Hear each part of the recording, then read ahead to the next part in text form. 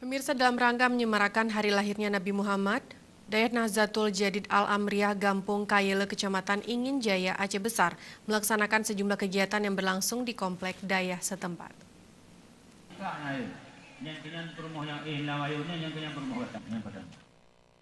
Sejumlah kegiatan dilaksanakan pihak Daya Nahdlatul Jadid Al-Amriyah dalam rangka menyemarakan hari lahirnya Nabi Muhammad SAW.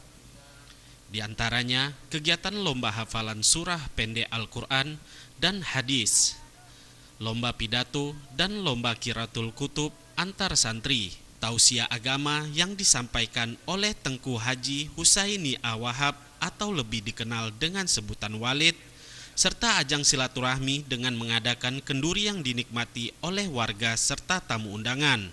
Pimpinan Daya Nahdlatul Jadid Al-Amriyah Tengku Haji Munir Abdul Al-Asyi atau Abu Munir menyebutkan, momen maulid yang dilaksanakan ini, ia mengajak seluruh umat Islam untuk membangkitkan semangat dan rasa cinta kepada Rasulullah dengan meneladani semua ajaran yang dibawakannya. Tema yang kita angkat, yang kita maklum orang yang supaya anak generasi kita dapat mencontoh lewat pekerjaan kita hari ini. Jika orang-orang tua telah tiada, lalu yang meneruskan estafet itu walimatul urus adalah anak-anak didik dan juga diikuti oleh seluruh elemen masyarakat seperti pekerjaan yang kita laksanakan ini. Sementara itu, Tengku Haji Husaini Awahab atau lebih dikenal dengan sebutan Walid dalam ceramahnya menjelaskan, pada peringatan Maulid Nabi SAW seperti sekarang ini, banyak hal yang perlu diambil pelajaran, terutama oleh para pemimpin bangsa ini. Nabi Muhammad SAW adalah sosok pemimpin yang sukses. Beliau mengubah masyarakat jahiliyah menjadi masyarakat hidup secara damai, aman dan sejahtera. Jadi ada yang mendengar saya kata puas kepada hakikat, tidak ada yang menyusahkan.